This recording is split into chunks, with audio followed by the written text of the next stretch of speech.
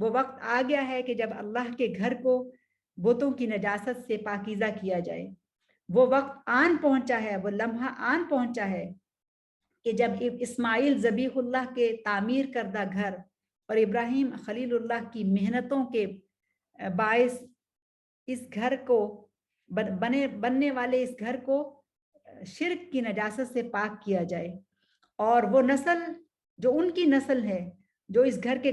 ارد گرد آباد ہوئی ہے, اس نسل کو اور ان لوگوں کو, اور نہ صرف ان لوگوں کو بلکہ پوری انسانیت کو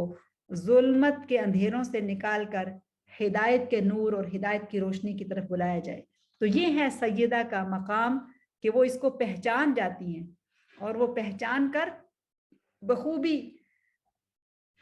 اس لمحے کا ادراک کر لیتی ہیں کہ وہ جو ایک انتہائی تاریخی لمحہ تھا, اور وہ لمحہ کہ جس میں خود رسول اللہ صلی اللہ علیہ وسلم کو ابھی پتہ نہیں تھا کہ ان کے ساتھ کیا ہو رہا ہے. تو کبھی کبھی میں سوچتی ہوں کہ ابھی رسول اللہ صلی اللہ علیہ وسلم کو خود اپنے نبی ہونے کا بھی یقین نہیں آیا تھا, جبکہ سیدہ اس سے پہلے ان پر ایمان لا چکی تھی. یہ نقطہ بہت اہم ہے, اس پہ سوچئے گا کہ ابھی وہ خود تذبذب میں تھے, ابھی خود انہیں سمجھ نہیں آ رہی تھی کہ ان کے ساتھ کیا ہو رہا ہے, اس لیے کہ وحی کو قبول کرنا, وحی کو ریسیو کرنا, وحی کو لینا ایک بہت بڑا کام ہے اور بہت مشقت کا کام ہے. بعد کی زندگی میں سیدہ عائشہ رضی اللہ عنہا بتاتی ہیں کہ جب رسول اللہ پر وحی اترا کرتی تھی تو کس قدر ان کی کیفیت بدل جایا کرتی تھی, پسینہ آ جاتا تھا اور وہ اس طرح سے اس کے بوجھ کو محسوس کیا کرتے تھے, اور دوسرے لوگ بھی جو ہیں اس کو دیکھا کرتے تھے. تو سیدہ خدیجہ اس اہم لمحے میں, اس اہم وقت میں اتنا ثابت قدم رہتی ہیں کہ وہ اس اندیکھے دین کے اوپر یا اندیکھے پیغام کے اوپر ایمان لے آتی ہیں کہ جو اس وقت نبی صلی اللہ علیہ وسلم کو, یعنی محمد صلی اللہ علیہ وسلم کو دیا گیا تھا. اور پھر نہ صرف انہیں تسلی دلا کر, ان کے اوپر کپڑا ڈال کر وہ اپنے کاموں میں لگ جاتی ہیں, بلکہ وہ انہیں گھر میں اچھی طرح سے لیٹا کر اور ان کی تسلی کرا کر وہ فوراً سے اپنے گھر سے نکلتی ہیں, اور پھر وہ اپنے چچا زاد بھائی ورقہ بن نوفل کے پاس پہنچ جاتی ہیں اور وہاں انہیں جا کر پوری بات بتاتی ہیں اور ساری کیفیت کو ان کے سامنے بیان کرتی ہیں, اور پھر وہ بھی انہیں تسلی دلاتے ہیں کہ اس میں کوئی خوف کی, ڈرنے کی بات نہیں ہے, یقیناً یہ وہی پیغام ہے یا وہی ہے یا وہی نبوت ہے کہ جس کا انتظار ہے کہ آخری نبی کی بعثت کا وقت اب قریب آن پہنچا ہے, اور انہیں پتا تھا کہ یہ وقت بہت قریب آن پہنچا ہے. پھر دوڑتی دوڑتی گھر واپس آتی ہیں, دیکھتی ہیں کہ کچھ وقت گزر چکا ہے اور نبی صلی اللہ علیہ وسلم کی یعنی ان کے شوہر کی طبیعت اب کچھ بہتر ہو گئی ہے. تو پھر وہ ان کو ساتھ لے کر پھر چل پڑتی ہیں اور پھر ان کے پاس لے جا کر وہ انہیں کہتی ہیں کہ اس طرح کا واقعہ پیش آیا ہے تو آپ میرے شوہر کی زبان سے سنیے. اور پھر محمد صلی اللہ علیہ وسلم خود سارا واقعہ ورقہ بن نوفل کے سامنے پیش کرتے ہیں, اور جب وہ سارا واقعہ ورقہ بن نوفل کے سامنے پیش کرتے ہیں تو ورقہ ان سے یہ کہتے ہیں والذی نفسی بیدہ انک لنبی ہذہ الامہ, وہ ذات کے جس کے ہاتھ میں میری جان ہے, بے شک, یعنی ورقہ بن نوفل جو ہیں وہ سیدہ خدیجہ کے بعد دوسرے نمبر پر ایمان لانے والوں میں سے ہیں, کہ یعنی یہ جملہ بتاتا ہے کہ وہ اسی وقت اللہ کے نبی کے اوپر ایمان لے آئے تھے. انک لنبی ہذہ الامہ, آپ اس امت کے لیے نبی ہیں. اور پھر وہ کہتے ہیں کہ ضرور آپ کی قوم آپ کی تکذیب کرے گی اور ضرور یہ آپ کو ایذا دیں گے, وَلَا تُخْرِجَنَّ وَلَا تُقَاتِلَنَّ, یہ ضرور آپ کو آپ کے گھر سے نکالیں گے اور آپ سے قتال کریں گے. اور پھر وہ کہتے ہیں وَلَئِنْ أَنَا أَدْرَكْتُ هَذَا الْيَوْمِ لَأَنْصُرَنَّ اللَّهَ نَصْرًا يَعْلَمُهُ, کہ اگر میں نے وہ دن دیکھ لیا یا میری زندگی میں وہ وقت آ گیا کہ جس دن یہ سب کچھ آپ کے ساتھ ہوا کہ آپ کی تکذیب ہوئی اور آپ کو ایذا دی گئی اور آپ کو گھر سے نکالا گیا, تو میں ضرور بضرور آپ کی مدد کروں گا, میں آپ کی حمایت کروں گا, میں آپ کے ساتھ کھڑا ہوں گا. تو رسول اللہ صلی اللہ علیہ وسلم اس وقت سر جھکائے ان کی بات کو سن رہے ہیں, اور جب وہ یہ جملہ سنتے ہیں کہ آپ کی قوم آپ کو آپ کے گھر سے نکال دے گی، تو حیران ہو جاتے ہیں. یعنی ان کے لیے یہ ماننا، یہ یقین کرنا مشکل ہے کہ کیا ان کی قوم جو ان سے محبت کرتی ہے، وہ جو ان کو صادق الامین کہتی ہے، وہ مکہ اور قوم قریش قوم کا ایک ایک فرد جو اس شخص سے انتہائی محبت کرتا ہے، وہ انہیں ان کے گھر سے نکال دے گا. تو رسول اللہ بے یقینی کسی کیفیت میں سر اوپر اٹھاتے ہیں اور کہتے ہیں اوا مخرجیہم، اوا مخرجیہم، کیا وہ مجھے نکال دیں گے؟ تو ورقہ جواب دیتے ہیں نعم لم یأتی رجل قط بمثل ما جئت به الا عودی، کہ تم جیسا پیغام لے کر کوئی بھی انسان آیا، جو انسان بھی ایسا پیغام لے کر آیا اس کے ساتھ ایسے ہوا. اور وہ کہتا ہے، ورقہ کہتے ہیں لیتنی اکون فیہا جزا، کاش کہ میری پنڈلیوں میں طاقت ہوتی، کاش کہ میرے پاس بھی کچھ وقت ہوتا، اس لیے کہ وہ بہت بوڑھے ہو چکے تھے. یا لیتنی اکون حیا، کاش کہ میں اس وقت تک زندہ رہتا، کاش کہ میں اس وقت تک زندہ رہتا. تو یہ واقعہ یہ بتاتا ہے کہ سیدہ خدیجہ کے ایمان لانے کے فوراً بعد ورقہ ایمان لے آئے تھے، لیکن ان کو یہ معلوم ہو گیا تھا کہ ان کے پاس اب اتنا وقت باقی نہیں ہے کہ وہ اتنی دیر کے لیے زندہ رہ سکیں، کہ وہ وقت دیکھیں کہ جب بعثت مکمل طور پر ہو جائے اور نبی صلی اللہ علیہ وسلم کو یہ اجازت دے دی جائے کہ اب وہ پیغام کو عام کر دیں. اور پھر اس پیغام کو عام کرنے میں کچھ وقت لگا. تو سب سے پہلی خاتون جس نے اسلام قبول کیا، سب سے پہلی خاتون جس نے حق کی تائید کی، سب سے پہلی خاتون کہ جس نے نبی صلی اللہ علیہ وسلم کی نصرت کی، ان کی معاونت کی، ان کے بوجھ کو، ان کے دکھ کو ہلکا کیا. اور پھر جب یہ پہلا واقعہ ہو چکا اور پھر فترۃ الوحی ہوا، یعنی وحی کے درمیان وقفہ آیا، اور اس وقفے میں پھر جبریل اس وقفے کے بعد پھر جب دوسری وحی ہوئی،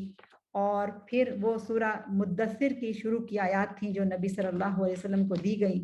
یا ایھا المدثر قم فانذر وربک فکبر وثیابک فطہر والرجز فہجر. تو جب یہ آیات آئیں اور جبریل امین آئے اور انہوں نے نبی صلی اللہ علیہ وسلم کو وضو کرنے کا طریقہ سکھایا، تو خدیجہ رضی اللہ عنہا وہ پہلی خاتون ہیں کہ جو رسول اللہ صلی اللہ علیہ وسلم کے ساتھ وضو کرتی ہیں. اور جب انہوں نے نبی صلی اللہ علیہ وسلم کو نماز ادا کرنے کا طریقہ بتایا، اس سے پہلے بھی رسول اللہ عبادت کرتے تھے، لیکن جب جبریل امین نے آ کر نماز کا صحیح طریقہ رسول اللہ کو سکھایا، تو اس دن بھی سیدہ ان کے ساتھ تھیں اور انہوں نے ان کے ساتھ مل کر نماز ادا کی، کعبۃ اللہ کا طواف کیا. اور پھر یہ پیغام شروع میں تو اندر ہی اندر رہا، کسی کو کچھ پتہ نہیں چلا، اور غالباً 2-3 سال کا عرصہ اسی طرح سے گزر گیا. وہ 3 سال جس میں باقی لوگوں کو نہیں معلوم تھا کہ کیا ہو رہا ہے، لیکن خدیجہ رضی اللہ عنہا کو اور پھر ان کے قریب کے جو رشتہ دار ہیں ان کو بخوبی معلوم تھا کہ وہ کتنا بڑا پیغام ہے جو رب العالمین کی طرف سے محمد صلی اللہ علیہ وسلم لے کر آئے ہیں. اور پھر نبی صلی اللہ علیہ وسلم کو اجازت دی گئی وَأَنذِرْ عَشِيرَتَكَ الْأَقْرَبِينَ، کہ اپنے قریب کے رشتہ داروں کو بھی یہ پیغام پہنچا دیجئے. تو جب یہ پیغام پہنچانے کی باری آتی ہے اور اجازت مل جاتی ہے، تو خدیجہ ہی کا گھر ہے رضی اللہ عنہا کا کہ جہاں پر ایک کھانے کا اہتمام ہوتا ہے. اور یہ سیدہ خدیجہ کے مشورے سے ہی کہ اب کیسے بات کو پیش کیا جائے، کیسے بتایا جائے، تو سیدہ خدیجہ ہی ہیں کہ جو یہ مشورہ دیتی ہیں رسول اللہ صلی اللہ علیہ وسلم کو کہ ہم اپنے گھر میں ایک کھانے کا اہتمام کرتے ہیں، اور اس کھانے پر سب رشتہ داروں کو بلاتے ہیں، جن میں نبی صلی اللہ علیہ وسلم کے تمام چچا موجود ہیں اور دوسرے اہم خاندان کے لوگ موجود ہیں. ان کو اپنے گھر میں کھانے پر بلا کر پھر رسول اللہ صلی اللہ علیہ وسلم اس کھانے پر ان کو یہ بتاتے ہیں کہ مجھے نبوت دی گئی ہے، اور جس میں پھر وہ بدبخت چچا بھی موجود ہے کہ جو کھانے کو چھوڑ کر پریشان اور پاؤں پٹکتا ہوا واپس چلا جاتا ہے. پھر اس سارے عمل کے دوران سیدہ خدیجہ نبی صلی اللہ علیہ وسلم کی تائید و نصرت کے لیے اور ان کے بوجھوں کو ہلکا کرنے کے لیے اور رشتہ داروں کی طرف سے جو ریجیکشن ہے اس کو اس کے دکھ کو کم کرنے کے لیے وہ ان کے ساتھ موجود ہیں۔ پھر وہ وقت بھی آ پہنچتا ہے کہ جب یہ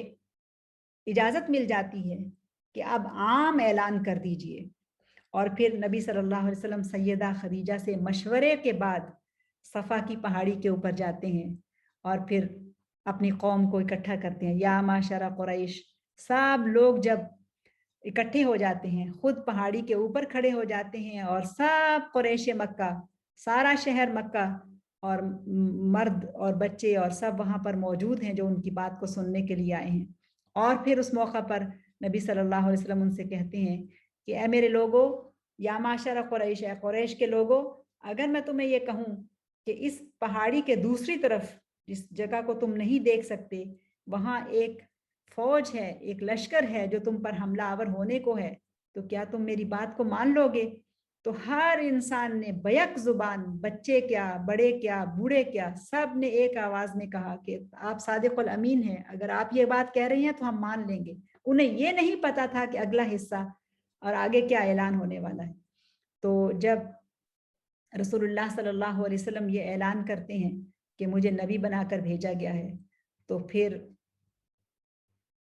عجب کیفیت ہو جاتی ہے۔ اور وہی جو ایک لمحہ پہلے تک ان سے انتہائی محبت کرتے تھے، ان کی محبتیں نفرتوں میں بدل جاتی ہیں۔ دشمنی اور حسد اور بغض اور ایذا اور کیا کچھ نہیں اس لمحے کے بعد سے جو کہ بدل جاتا ہے، اور کیا کچھ نہیں جو ہونے لگ جاتا ہے۔ اور چچا پیر پٹکتا ہوا جاتا ہے اور کہتا ہے کیا یہی سنوانے کے لیے تو نے ہمیں بلایا تھا؟ لیکن اسی مجمع میں ایک بچہ بھی ہے، وہ بچہ جس کا نام علی ہے، اور وہ کہ جو محمد اور خدیجہ رضی اللہ عنہ اور صلی اللہ علیہ وسلم کی کفالت میں ہے، اسی گھر کا ایک فرد ہے اور جانتا ہے کہ وہاں پر کیا ہو رہا ہے، اور جو اندر اندر کی چند دنوں کی یا چند مہینوں کی جو گفتگو ہے اور چند سالوں کی جو دعوت اور سٹرگل ہے، اس کو بھی وہ جانتا ہے۔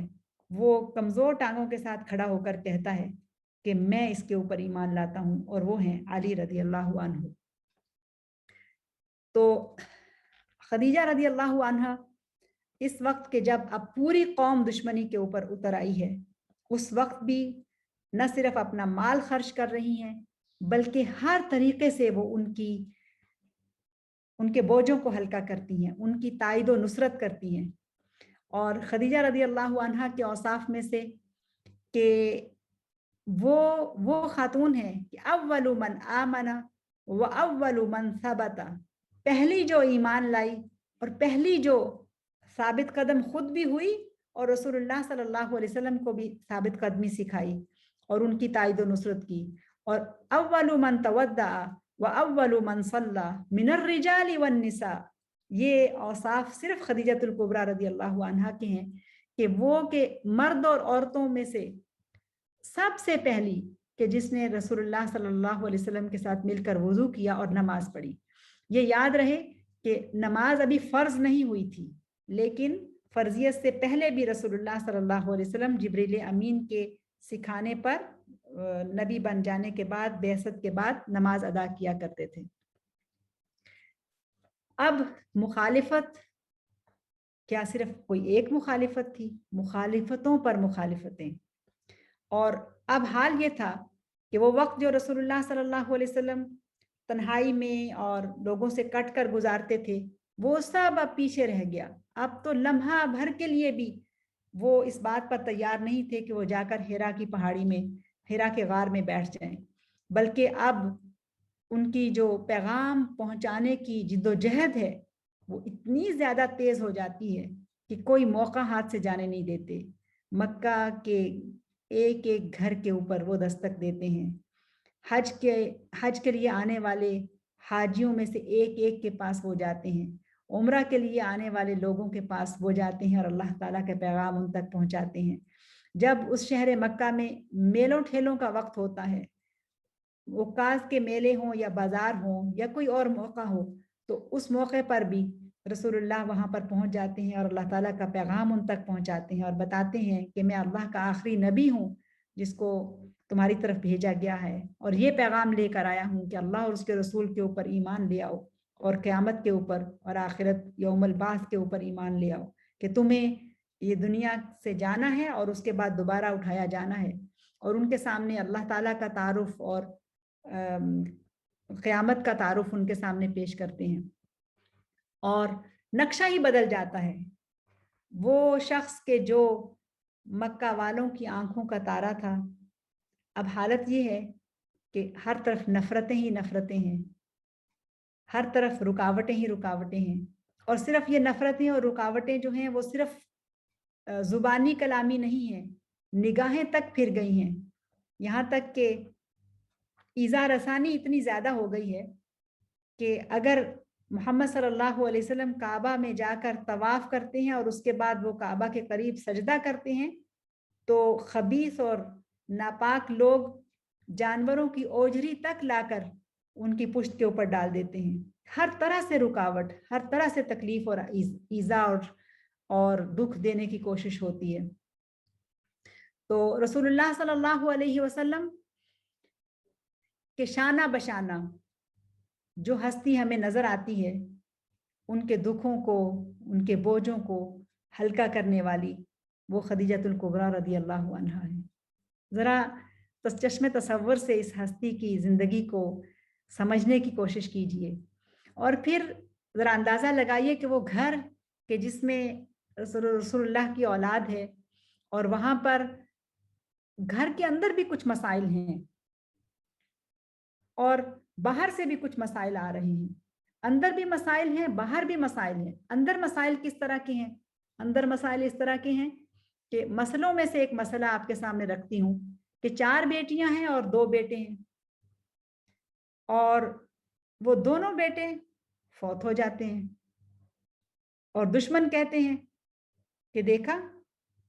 یہ جو ان کی حرکتیں ہیں، اس کی وجہ سے اب یہ تو محمد تو معاذ اللہ ابتر ہو گیا، اس کی تو جڑ کٹ گئی، اس کے تو 2 ہی بیٹے تھے وہی فوت ہو گئے۔ اور باہر سے بھی مخالفت ہے جو رسول اللہ صلی اللہ علیہ وسلم کو اس طرح سے پیش آ رہی ہے، اور پھر ان کی تائید و تسلی اللہ تعالیٰ کی طرف سے بھی ہوتی ہے۔ اِنَّا أَعْطَيْنَاكَ الْكَوْثَرَ فَصَلِّ لِرَبِّكَ وَانْحَرْ إِنَّ شَانِئَكَ هُوَ الْأَبْتَرُ۔ اور گھر کے اندر سے بھی تائید و نصرت ہوتی ہے سیدہ خدیجہ رضی اللہ عنہا کی طرف سے۔ ذرا اندازہ لگائیں کہ وہ ماں کے جس کے 2 بیٹے فوت ہو جائیں، کیا اس نے کوئی دکھ نہیں اٹھایا ہوگا؟ اگر باہر سے تانے مل رہے تھے، باہر سے تکلیفیں پہنچ رہی تھی، تو اندر بھی تو دکھ تھا، لیکن اس سارے دکھ کو وہ برداشت کر جاتی ہیں۔ اور بیٹوں کے دکھ کے ساتھ ساتھ سیدہ وہ خاتون ہیں کہ جنہوں نے بیٹیوں کا دکھ بھی اٹھایا۔ کس طرح سے سیدہ نے بیٹیوں کا دکھ اٹھایا کہ جب ان کے شوہر محمد نبی بنا دیے گئے تو کیا ہوا کہ ان کی دونوں بیٹیوں رقیہ اور کلثوم ابھی نبی نہیں بنے تھے، تو ان دونوں کی نسبت جو ہے وہ نبی صلی اللہ علیہ وسلم کے چچا کے بیٹوں کے ساتھ طے پا گئی تھی۔ اور بعض روایات میں یہ بھی آتا ہے کہ یعنی اس وقت جاہلیت میں، یعنی ابھی جب اسلام نہیں آیا تھا تو اس وقت نسبت ہی دراصل نکاح ہوا کرتا تھا، یعنی اگر کسی نے آپ کی بیٹی کا ہاتھ مانگ لیا ہے اور آپ نے آپس میں قول و قرار کر لیا ہے کہ اس کا رشتہ، جس کو ہم دوسرے لفظوں میں منگنی کہتے ہیں، تو وہ نکاح کے ہی قائم مقام تھا۔ تو کچھ روایات میں یہ آتا ہے کہ نکاح ہو چکا تھا، کچھ کہتے ہیں کہ یہی نکاح تھا جو ہو چکا تھا لیکن ابھی رخصتی نہیں ہوئی تھی، یعنی رشتہ دے دیا گیا تھا اور وہ نکاح ہی کے برابر تھا۔ لیکن جب نبی صلی اللہ علیہ وسلم نبوت کا اعلان کرتے ہیں تو چچا جو دشمنی پر اترا ہوا ہے ابو لہب، وہ اپنے بیٹوں سے یہ کہتا ہے کہ ان کی بیٹیوں کو طلاق دے دو۔ اب یہ ایک پہلو، ایک انداز سے دکھ تو باپ کی حیثیت سے رسول اللہ صلی اللہ علیہ وسلم کو ہے، لیکن دیکھیے اس کے پیچھے ان بچیوں کی ماں بھی تو موجود ہے، خدیجۃ الکبریٰ رضی اللہ عنہا۔ کیا وہ اس دکھ میں شریک نہیں ہیں جن کی معصوم بے گناہ بیٹیوں کو گھر بیٹھے طلاق مل جائے؟ ذرا اندازہ لگائیے تو کتنے دکھ ہیں جو انہوں نے اٹھائے ہیں۔ پھر اس کے بعد جب یہ معاملہ بھی ہو چکتا ہے اور پھر رسول اللہ صلی اللہ علیہ وسلم اپنی لاڈلی بیٹی رقیہ کا نکاح عثمان بن عفان رضی اللہ عنہ سے کر دیتے ہیں. جب وہ معاملہ ختم ہو گیا تو ظاہر ہے آگے تو بڑھنا ہے, زندگی تو جینی ہے, تو اپنی بیٹی رقیہ کا نکاح عثمان بن عفان رضی اللہ عنہ سے کر دیتے ہیں. اور عثمان بن عفان جو کہ قریشی ہیں, اہل مکہ سے ہیں, مالدار انسان ہیں, لیکن مشرکین کا ظلم اتنا زیادہ ہے ان کے اوپر کہ وہ ظلم کو برداشت نہیں کر پاتے, اور جب ظلم کی انتہا ہو جاتی ہے اور رسول اللہ صلی اللہ علیہ وسلم مسلمانوں کو حبشہ کی طرف ہجرت کرنے کی اجازت دے دیتے ہیں, تو حبشہ کی طرف ہجرت کرنے والوں میں سیدنا عثمان بن عفان اور ان کی زوجہ رقیہ بنت محمد صلی اللہ علیہ وسلم بھی موجود ہیں. اب ایک اور انداز سے اس بات کو سمجھنے کی کوشش کیجیے اور اس کے پیچھے سیدہ کی عظمت کو دیکھیے کہ اب کیا ہے کہ بیٹی اپنے شوہر کے ساتھ ہجرت کر گئی ہے, اور ہجرت بھی کوئی آسان ہجرت نہیں تھی. کشتیوں پر بیٹھ کر حبشہ کی طرف جانا, ایک اجنبی سرزمین, نہ کوئی ٹھکانہ, نہ کوئی پتہ, کوئی کچھ نہیں ہے, اور سیدہ اپنی چہیتی اور عزیز بیٹی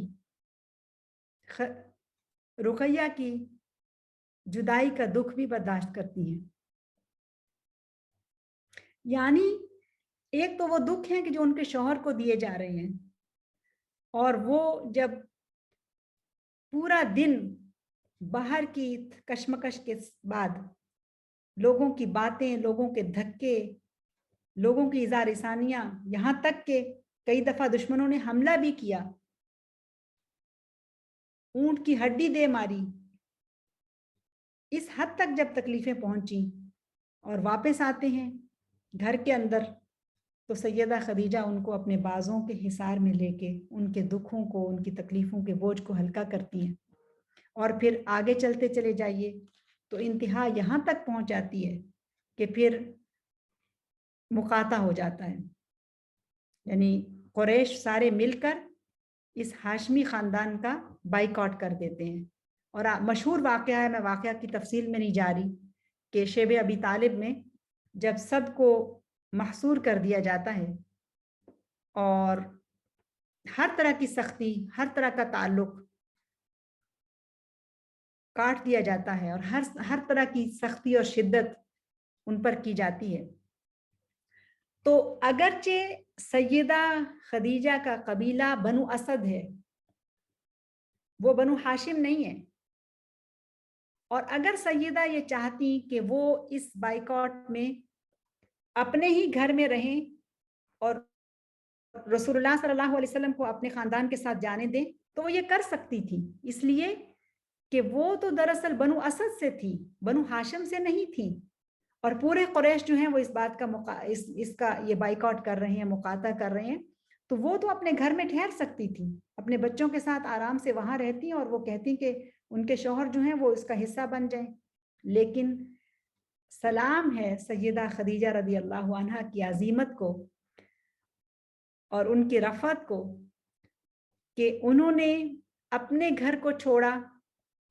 اور شیب ابی طالب میں رسول اللہ صلی اللہ علیہ وسلم کی مائیت میں وہ ساری سختیاں اور ساری تکلیفیں برداشت کی جو اس وقت بنو ہاشم نے برداشت کی. اور ان کا بھتیجا حکیم بن حزام, جو کہ بنو ہاشم سے نہیں ہے, لیکن یہ چونکہ سیدہ خدیجہ کی کفالت میں تھے, جیسا کہ میں نے پچھلے پروگرام میں آپ کو بتایا ہے, جب وہ اپنے غلام کے ساتھ کچھ گندم اپنی پھوپھی تک پہنچانے کی کوشش کرتا ہے, تو ابو جہل بن ہشام اسے ایسا کرنے سے روک دیتا ہے. اب سیدہ کا اپنا مال ہے اور اپنی چیزیں ہیں, اور اپنے مال کا بہت سارا حصہ وہ رسول اللہ صلی اللہ علیہ وسلم پر لٹا چکی ہیں, نچھاور کر چکی ہیں, اسلام کی تبلیغ, اسلام کے راستے میں وہ لگا چکی ہیں اپنا مال, اور انہی کا رشتہ دار اپنی پھوپھی کو غلہ بھیجنے کی کوشش کرتا ہے, تو مشرک ابو جہل بن ہشام جو ہے وہ اس کو ایسا کرنے سے روک دیتا ہے. مکہ کی امیر ترین خاتون پتے کھا کر گزارا کر لیتی ہے 3 سال تک، لیکن اپنے شوہر کا ساتھ چھوڑنے کو گوارا نہیں کرتی ہے۔ کیا ہمیں اس خوبصورت زندگی میں ایک عورت ہونے کی حیثیت سے اپنی اس عظیم ماں کی زندگی سے کوئی سبق نہیں ملتا؟ ثبات اور صبر اور عزیمت، سبحان اللہ۔ یہ خاتون 3 سال تک ظلم، جبر، بربریت کے 3 سال، مگر ایک لمحے کے لیے بھی کوئی شکوہ نہیں ہے اپنے شوہر سے کہ دیکھا آپ کی وجہ سے ہم اس حالت میں پہنچ گئے، اس وجہ سے یہ ہوا، اس وجہ سے یہ ہوا، کوئی شکوہ نہیں ہے۔ بلکہ اگر میں یہ کہوں، اور یہ عملی نکات میں بھی نقطہ آ سکتا ہے، کہ سیدہ کبھی بھی رسول اللہ صلی اللہ علیہ وسلم سے کسی بات پر بھی ناراض نہیں ہوئی ہیں، اور کبھی بھی ان کے ساتھ غصے نہیں ہوئی ہیں۔ اور مفسرین لکھتے ہیں، جب یہ واقعہ لکھتے ہیں، کہتے ہیں قطو، یعنی کبھی بھی کوئی ایک انسیڈنٹ بھی ایسا نہیں ملتا کہ جس میں یہ پتہ چلے کہ سیدہ کبھی بھی رسول اللہ صلی اللہ علیہ وسلم سے خفا ہوئی ہوں۔ اور یہ وصف صرف اور صرف سیدہ خدیجہ رضی اللہ عنہا کا ہے، اور کسی بھی امہات المؤمنین والمؤمنات کو یہ نہیں ملتا ہے۔ اور سیدہ کے اوصاف ہم آگے چل کے مزید دیکھیں گے، لیکن یہ وہ خاتون ہیں کہ کسی دوسری عورت سے رسول اللہ صلی اللہ علیہ وسلم نے ان کی موجودگی میں نکاح نہیں کیا، اور 25 سال ان کے ساتھ گزارے ہیں۔ اور سیدہ کا ایک وصف یہ بھی ہے کہ جبرائیل خاص طور پر سیدہ کے لیے آئے اور اللہ تعالیٰ کا سلام پہنچانے آئے، اور اللہ تعالیٰ نے سیدہ خدیجہ کا نام لیا، اور جبرائیل امین نے بھی اپنی طرف سے سلام پہنچایا اور جنت کے گھر کی بشارت بھی دی۔ اور ان کو یہ اعزاز بھی حاصل ہوتا ہے کہ سیدہ کے فوت ہونے کے باوجود دوسری بیویاں بھی ان پر رشک کرتی تھیں اور غیرہ کو محسوس کرتی تھیں، اور نبی صلی اللہ علیہ وسلم سیدہ خدیجہ کی سہیلیوں کو اور ان کے رشتہ داروں کو یاد رکھتے تھے اور ان کی تعظیم کیا کرتے تھے۔ تو یہ سارے اوصاف جو ہیں وہ سیدہ خدیجہ رضی اللہ عنہا کے ہیں۔ لیکن جب شیب ابی طالب میں ہیں تو قریش کی شدید ترین مخالفت اور اسلام دشمنی سے چور چور نبی صلی اللہ علیہ وسلم اور باقی سارے خاندان والے، یعنی بلکتے ہوئے بچوں کی آوازیں لوگ سنا کرتے تھے، اور 3 سال تک اس حالت میں وہ نبی صلی اللہ علیہ وسلم کے ساتھ رہتی ہیں۔ جب وہ گرد سے اٹے ہوئے گھر آتے ہیں تو ان کا چہرہ دھلاتی ہیں، ان کے کپڑے بدلتی ہیں، ان کو محبت اور شفقت سے ڈھارس اور تسلی دیتی ہیں۔ اب ذرا اس بات پہ اندازہ لگائیے، جب ہم حقوق و فرائض کی بات کرتے ہیں، اور جب تھوڑا سا بھی کچھ دین آ جاتا ہے یا سمجھ آ جاتی ہے، یا چند ایک حدیثیں آ جاتی ہیں، یا چند ایک صورتوں کا ترجمہ پتہ چل جاتا ہے، ہم خواتین کو اپنے حقوق بڑے یاد آ جاتے ہیں، اور ہم کہتے ہیں کہ نہیں، اسلام نے تو یہ ذمہ داری عورت کے اوپر نہیں لگائی، اسلام میں یہ تو نہیں ہے کہ عورت اپنے شوہر کو کھانا بھی بنا کے دے اور اس کی یہ طرح سے خدمت کرے۔ یہاں یہ دیکھیے اپنی ماں سیدہ خدیجہ کی زندگی کو، کیسے یہ نہیں رول ماڈل ہمارے لیے بن سکتی؟ یعنی وہ کہ جو کام کروا بھی سکتی ہیں، جن کے پاس نوکر چاکر سب کچھ موجود ہے، لیکن کس طرح سے اپنے شوہر کی خدمت کے لیے اور ان کی ڈھارس کے لیے وہ وہاں پر موجود ہیں رضی اللہ عنہا۔ تو سب سے پہلی خاتون کہ جنہوں نے کعبۃ اللہ کا طواف کیا نبی صلی اللہ علیہ وسلم کے ساتھ ان کی معیت میں، یہ اعزاز بھی سیدہ خدیجہ رضی اللہ عنہا ہی کو ملتا ہے۔ اب وہ مرحلہ آن پہنچا کہ جب قریش نے بائیکاٹ کو ختم کیا۔ یہ تاریخ سیرہ کا حصہ ہے کہ کیسے پھر بائیکاٹ ختم ہوا، لیکن بہرحال جو مقاطعہ تھا شیب ابی طالب میں وہ ختم ہو گیا، اور قریش نے بنو ہاشم کو اجازت دے دی کہ وہ اس گھاٹی سے باہر آ جائیں۔ شیب ابی طالب کے اندر سیدہ جب انتہائی سختی کے حالات میں رہیں تو ان کی صحت بہت متاثر ہوئی. معاشی مقاطع بھی تھا، کھانا پینا بھی بہت کم تھا. سیدہ اچانک بہت کمزور ہو گئیں، ان کی صحت بہت زیادہ گر گئی، اور مقاطع کے ختم ہونے پر کوئی 6 ماہ کا عرصہ گزرا تھا کہ سیدہ بیمار پڑ گئیں. اور یہ وہ سال ہے کہ جس کو عام الحزن کہتے ہیں، اور یہ کوئی وہ سال نہیں ہے کہ جس میں نبوت کے ملنے کے بعد سال 2 سال 3 سال 4 سال گزرے ہوں گے، بلکہ 10 سال کا عرصہ گزر چکا تھا. 10 سال رسول اللہ صلی اللہ علیہ وسلم کی معیت میں وہ ان کے ساتھ تھی اور ان کی حمایت و نصرت پر کھڑی تھی. تو وہ وقت قریب آ گیا کہ جب نبی صلی اللہ علیہ وسلم کو سیدہ سے فراق اور جدائی کا دکھ برداشت کرنا تھا. اور وہ سال جس کو عام الحزن کہا جاتا ہے، ایسا ہوا کہ سیدہ بھی بیمار پڑ گئی اور نبی صلی اللہ علیہ وسلم کے چچا ابو طالب، جو کہ ان کے لیے بہت بڑی ایک سپورٹ اور مدد تھے، وہ بھی بیمار پڑ گئے. دونوں بیمار پڑ گئے. اور پھر ابو طالب کی وفات کا وقت بھی آ گیا اور وہ فوت ہو گئے. ابو طالب کی وفات سے پہلے نبی صلی اللہ علیہ وسلم ان کے پاس گئے اور ان سے یہ کہا کہ آپ اسلام قبول کر لیجئے. اور پھر یہ بھی ابو طالب نے انہیں بلا کے کہا کہ بھتیجے میرے اوپر اتنا بوجھ نہ ڈالو کہ جسے میں اٹھا نہ سکوں. تو نبی صلی اللہ علیہ وسلم باوجود اس کے کہ انہیں اپنے چچا سے بے انتہا محبت تھی اور ان کے اوپر بہت احسانات تھے، لیکن اتنے عزم کے ساتھ فرمایا کہ چچا اگر یہ لوگ میرے دائیں ہاتھ پر سورج اور بائیں ہاتھ پر چاند بھی لا کر رکھ دیں اور کہیں کہ میں اس کلمہ کی تبلیغ سے باز آ جاؤں گا تو میں یہ راستہ چھوڑنے والا نہیں، میں اس کام سے پیچھے نہیں ہٹوں گا. تو چچا نے دیکھ لیا کہ بھتیجا تو پرعزم ہے، باوجود اس کے کہ اتنی شدید مشکلات اور تکالیف برداشت کی جا رہی ہیں.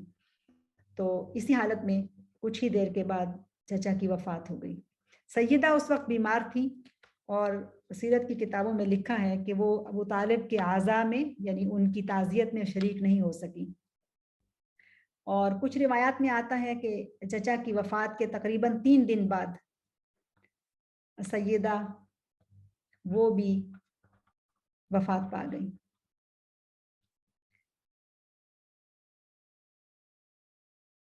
اس حالت میں کہ رسول اللہ صلی اللہ علیہ وسلم ان کے پاس موجود تھے اور وہ ان کے بوجھوں کو اس وقت ہلکا کر رہے تھے اور ان سے اس طرح سے کہہ رہے تھے، اے خدیجہ اللہ کے فیصلوں پہ میں راضی ہوں. اور رسول اللہ صلی اللہ علیہ وسلم نے کہا، ما امر الفراق یا خدیجہ سیکون اللقاء فی الجنہ فی قصرک الذی اعدہ اللہ لک من لؤلؤ مضیء. اے خدیجہ آج جدائی کی گھڑی آن پہنچی ہے، لیکن مجھے معلوم ہے کہ یہ فراق بہت بڑا فراق ہے، لیکن ہماری ملاقات جنت میں ہوگی. سیکون اللقاء فی الجنہ، ہماری ملاقات ان قریب جنت میں ہوگی اور وہاں بھی تمہارے ہی محل میں. سبحان اللہ. ذرا اندازہ لگائیں، یہاں بھی محمد صلی اللہ علیہ وسلم سیدہ خدیجہ کے گھر میں ہیں اور وہاں بھی تمہارے ہی محل میں، تمہارے ہی گھر میں، جس کی تمہیں خوشخبری دے دی گئی ہے، جسے اللہ نے تمہارے لیے تیار کر رکھا ہے، اور وہ جو ہیرے جواہرات سے بنایا گیا گھر ہے. خدیجہ اب اس گھر میں ہماری ملاقات ہوگی. تو گویا جنت الفردوس میں بھی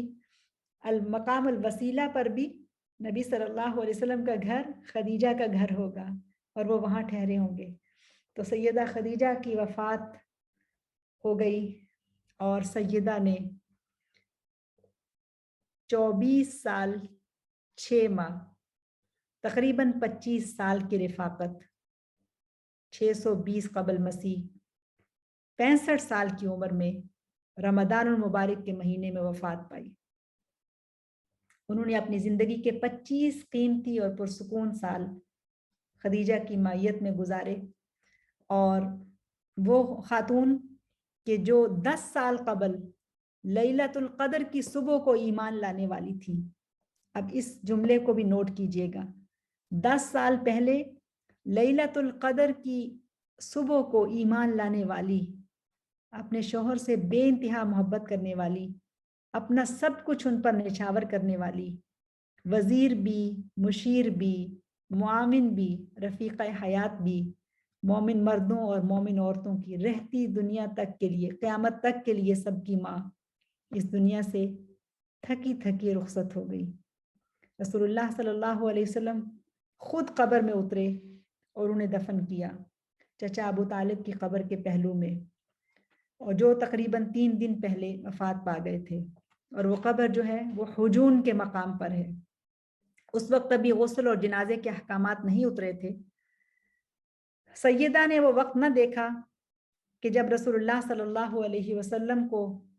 انتصار اور نصرت اور فتح ملی،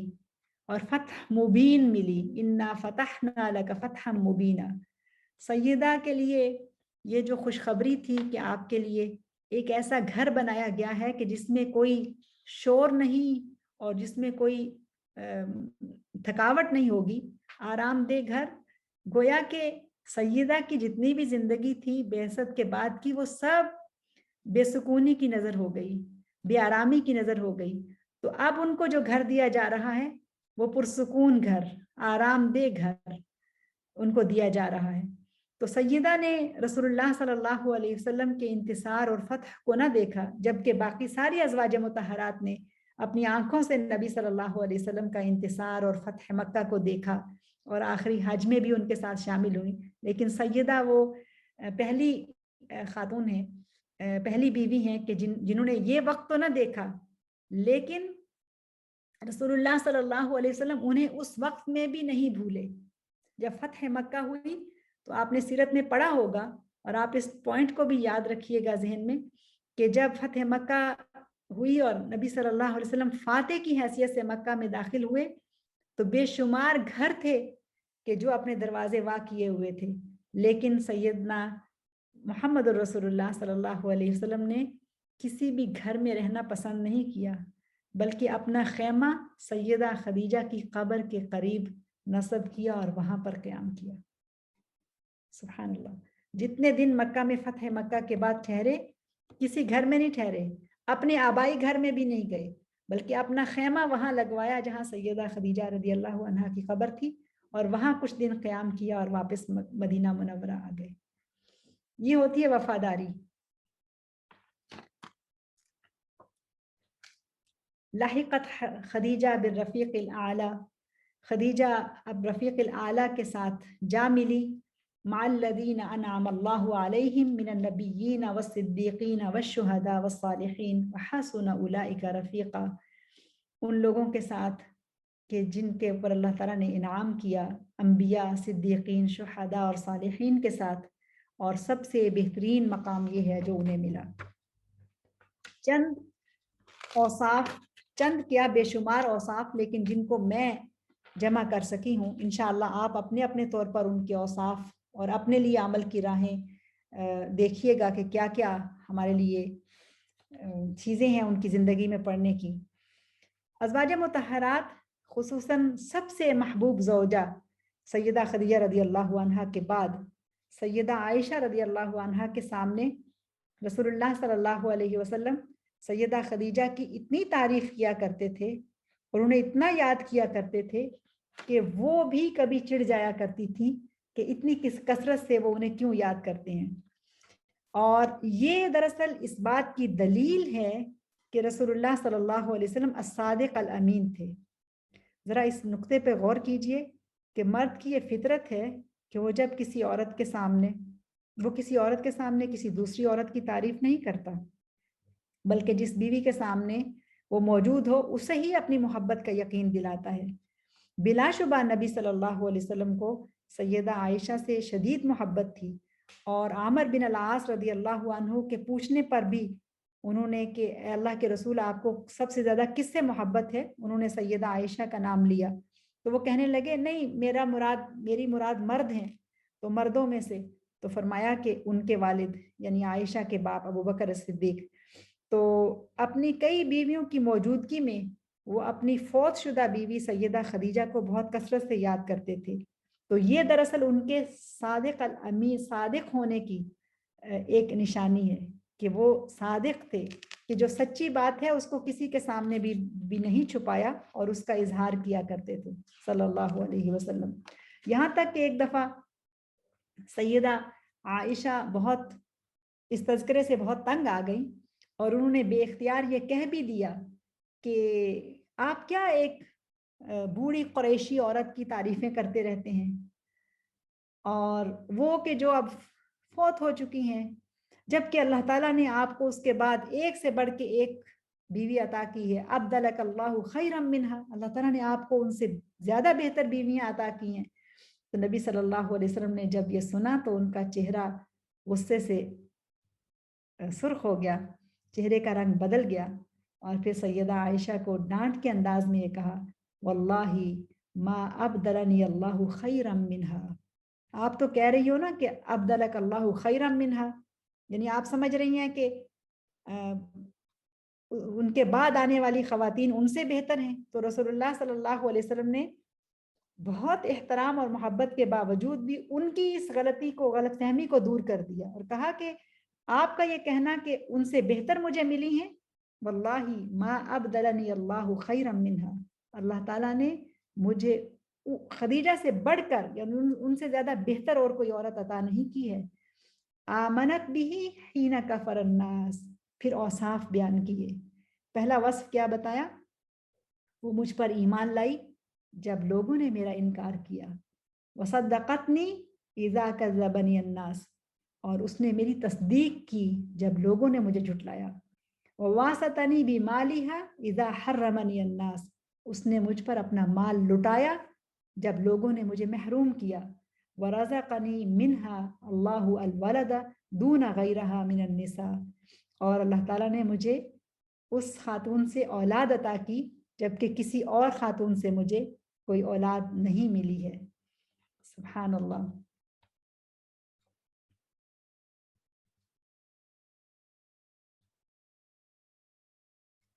ایک دفعہ سیدہ عائشہ رضی اللہ عنہا نے یہ بھی کہا کہ آپ ان کو اتنا یاد کرتے ہیں کَأَلَّمْ يَكُنْ فِي الدُّنْيَا امْرَأَةٌ إِلَّا خَدِیجہ, کہ آپ تو اتنا زیادہ انہیں یاد کرتے ہیں کہ گویا کہ اس کے بعد تو آپ کو دنیا میں کوئی عورت ملی ہی نہیں ہے. تو رسول اللہ صلی اللہ علیہ وسلم نے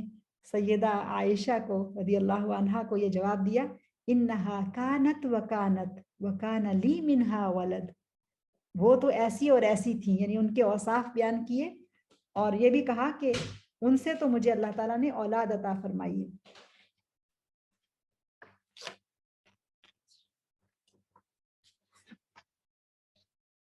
چند اوصاف ہیں جن کو میں ترتیب سے آپ کے سامنے رکھتی ہوں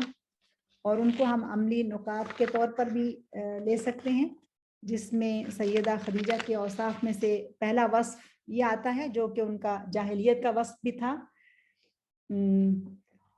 ان کا پہلا وصف ہے الطاہرہ, اور اس وصف سے ان کو اہل قریش بھی جانتے تھے. اور اس کے بعد ان کا وصف جو آتا ہے وہ یہ ہے کہ وہ اپنے شوہر کی وفادار اور اس سے بے انتہا محبت کرنے والی, اور اگلا شوہر اور اس کے خاندان پر اپنا مال نچھاور کرنے والی, اور محمد صلی اللہ علیہ وسلم کے بچوں کی ماں, اپنے شوہر کی خوبیوں کو پہچان جانے والی, اور حرا میں ان تک خود کھانا پہنچانے والی, ان کی خیریت معلوم کرنے والی, ان کی ضروریات کا خیال رکھنے والی, خود اپنے ہاتھوں سے ان کو سرو کرنے والی, اپنے گھر میں یتیموں کو رکھ کر ان کی سرپرستی کرنے والی, سب سے پہلے اسلام قبول کرنے والی, وہ خاتون کے جس نے لیلۃ القدر میں اسلام قبول کیا اور رمضان المبارک میں ان کی وفات ہوئی, اپنے شوہر کے دکھوں کو ہلکا کرنے والی, تائید و نصرت کرنے والی, گھر کی ذمہ داریوں سے اپنے شوہر کو مکمل طور پر فارغ کر دینے والی, دعوت و تبلیغ کے لیے رسول اللہ کا بہت وقت باہر گزرتا تھا مگر بغیر کوئی شکوہ زبان پر لائے ان سے راضی رہنے والی بہادر خاتون, اللہ کے دین کو غالب کرنے کے لیے اور اللہ کے پیغام کو عام کرنے کے لیے ان کی مدد کرنے والی اور مال خرچ کرنے والی خاتون، وزیر بھی، مشیر بھی، معاون بھی، غم گسار بھی، جان نشاور کرنے والی بھی، اور ان کے بچوں کی بہترین تربیت کرنے والی زوجہ خدیجۃ الکبریٰ۔ خدیجۃ الکبریٰ ایسی زوجہ جسے کہ اس کا شوہر اس کے بعد 13 سال زندہ رہے، لیکن ایک لمحے کے لیے بھی وہ انہیں نہیں بھولے، اگرچہ ان کے حرم میں ایک سے بڑھ کر ایک بیویاں موجود تھیں۔ اور سیدہ خدیجہ رضی اللہ عنہا کا یہ وصف تو سب سے ہی زیادہ ممتاز اور اہم ہے